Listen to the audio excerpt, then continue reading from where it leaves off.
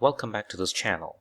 In today's video, we will look at the concept of viscosity of fluids and how it affects the flow of fluids as described by Poiseuille's law. Viscosity of a fluid refers to the internal friction of the fluid.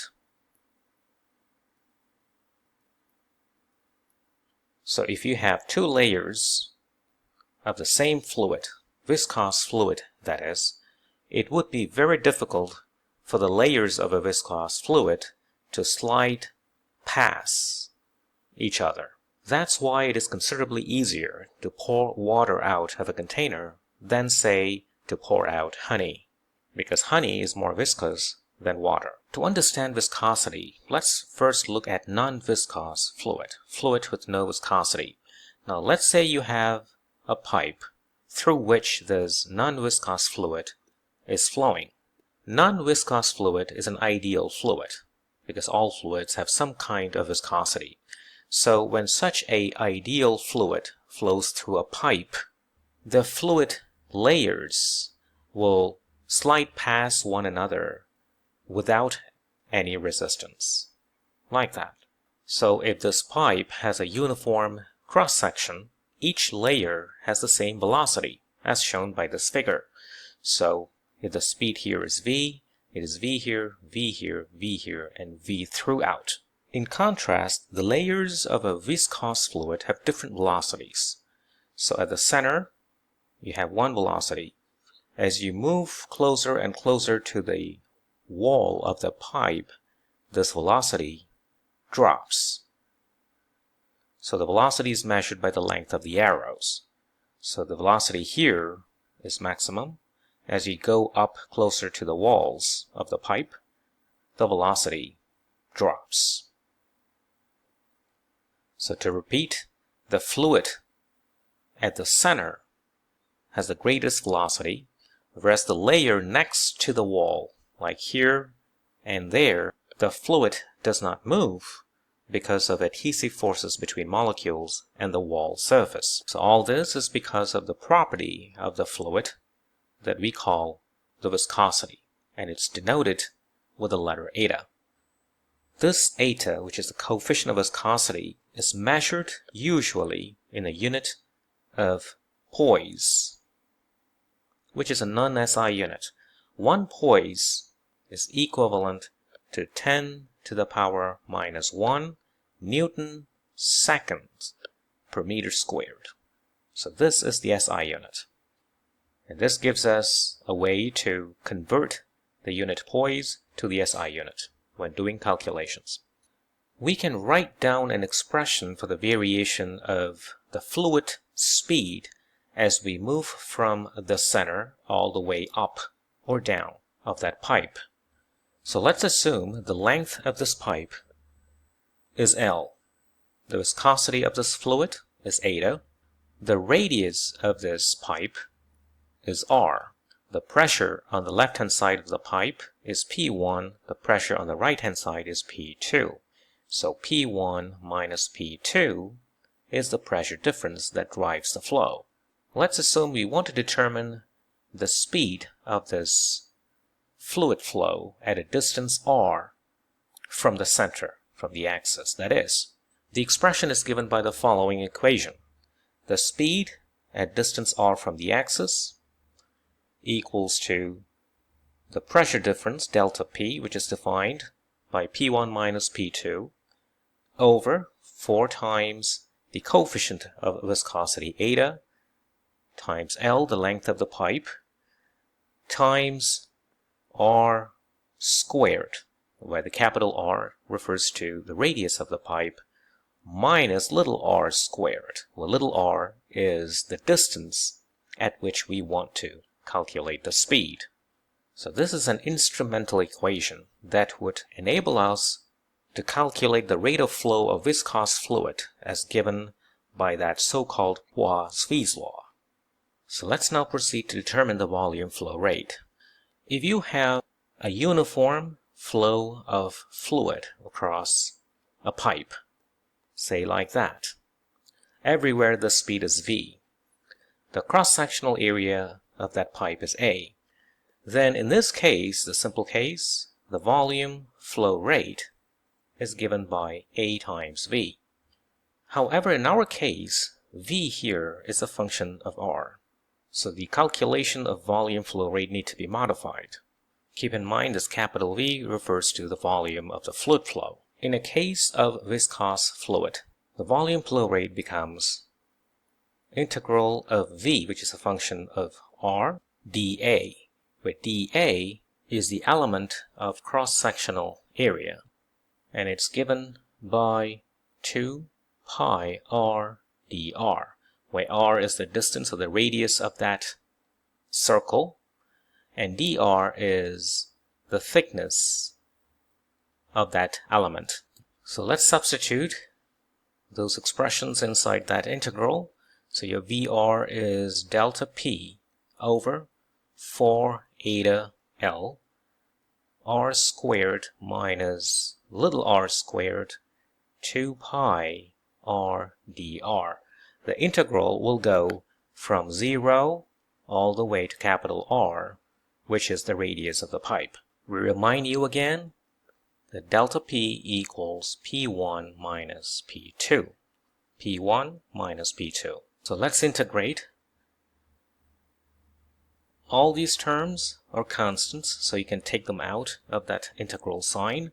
So it becomes dV dt equals delta P over 4 eta L 2 pi 0 to capital R, r squared minus little r squared r dr.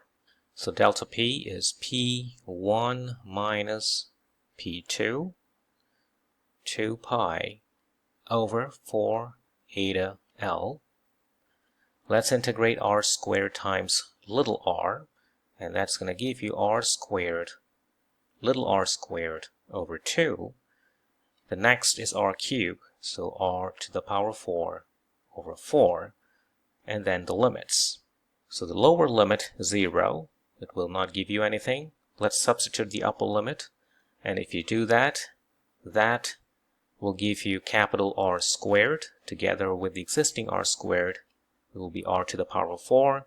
Likewise, the second term will also give you r to the power 4. So 1/2 r to the power 4 minus 1 over 4 r to the power 4 is r to the power 4 over 4. So that 2 will cancel the 4 and gives you a 2. And we can rewrite the expression for the volume flow rate in the following manner. So you have pi over 8. So that's over that. And then r to the power 4 over the coefficient of viscosity, that over that, and the remaining terms P1 minus P2 over L. And that expression is what is known as the Poiseuille's law. Let's look at the following problem. Water at 20 degrees Celsius is flowing in a pipe with a radius of 30 centimeters. The viscosity of water is 1.01 centipoise.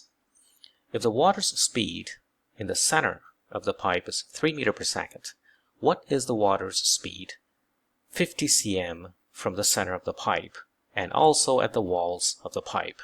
So you have the water flow like that, as we have discussed earlier. That is the axis, and the equation that we use to calculate the speed at various distance is given by the following: P1 minus P2 over 4 eta L capital R squared minus little r squared. We are told that the speed at the center is 3 meters per second. So that means the value of r there is 0.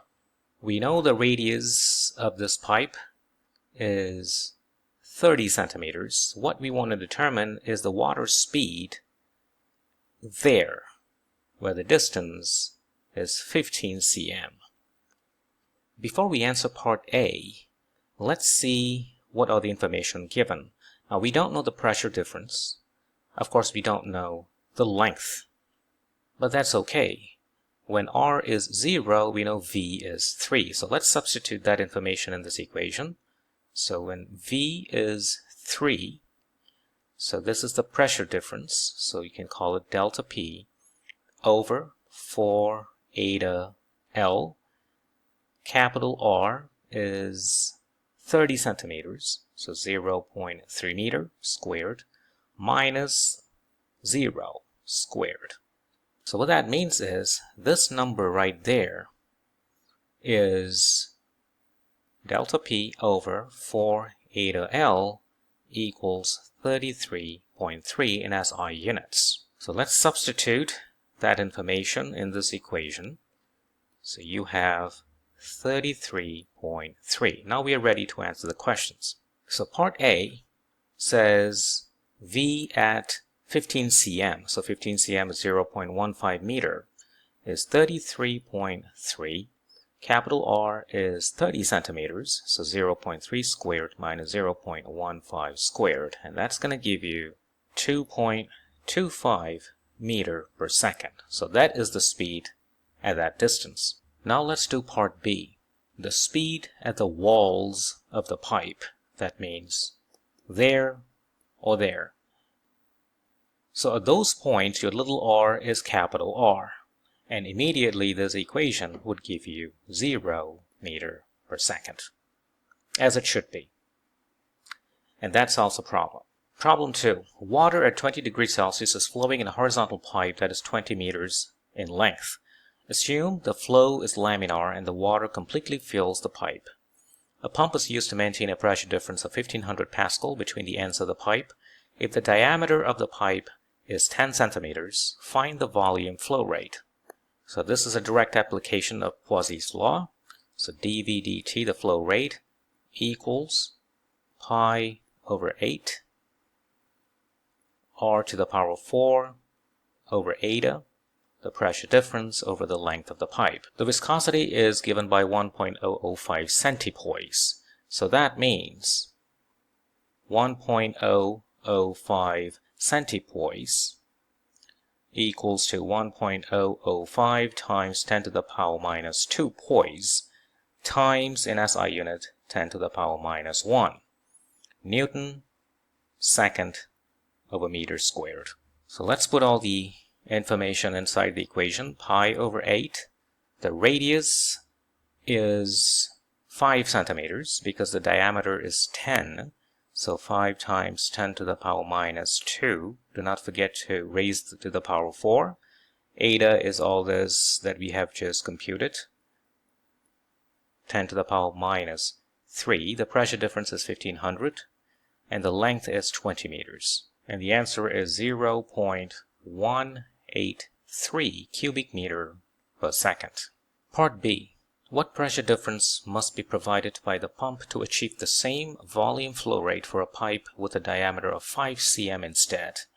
So you see, let's rewrite the above equation and solve for delta P. You have dV dt, 8 eta length, 1 over pi r to the power 4.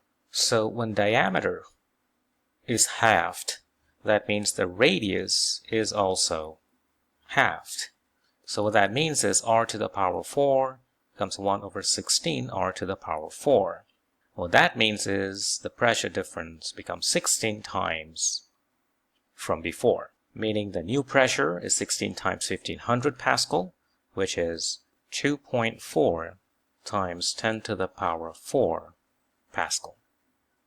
And that solves the problem. Thank you for watching.